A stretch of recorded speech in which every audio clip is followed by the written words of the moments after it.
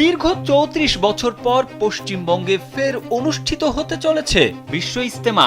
শেষবার ১৯৯১ সালে এই রাজ্যে বিশ্ব ইজতেমা অনুষ্ঠিত হয়েছিল।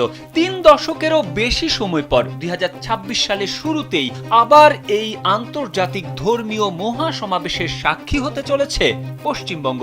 আগামী বছরের ২ থেকে ৫ জানুয়ারি হুগলি জেলার তাজপুর থানার অন্তর্গত দাঁতপুর এলাকার পুনাইন ময়দানে বসছে বিশ্ব ইজতেমা। ৫ জানুয়ারি আখিরি মোনাজাতের মধ্য দিয়ে এই ধর্মীয় মহাসমাবেশের আনুষ্ঠানিক সমাপ্তি ঘটবে। আয়োজকরা ধারণা করছেন ইজতেমায় দেশ বিদেশ মিলিয়ে প্রায় ২০ লক্ষ মুসল্লির সমাগম হতে পারে।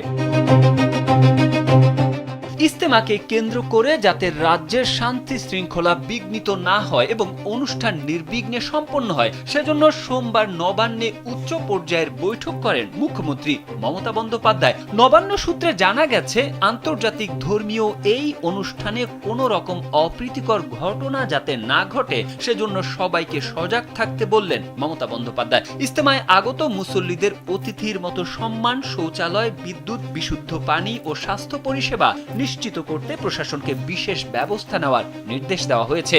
একই সঙ্গে ভিড় সামাল দিতে পর্যাপ্ত পুলিশ মোতায়েন, ট্রাফিক নিয়ন্ত্রণ এবং জরুরি পরিস্থিতির জন্য আলাদা পরিকল্পনার কথাও বলা হয়েছে।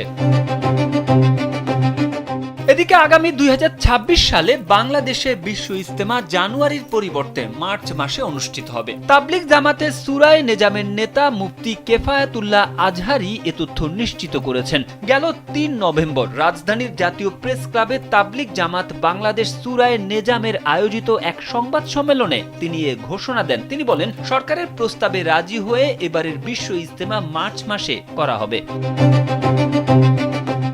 তারেক আহমেদ, কালবেলা।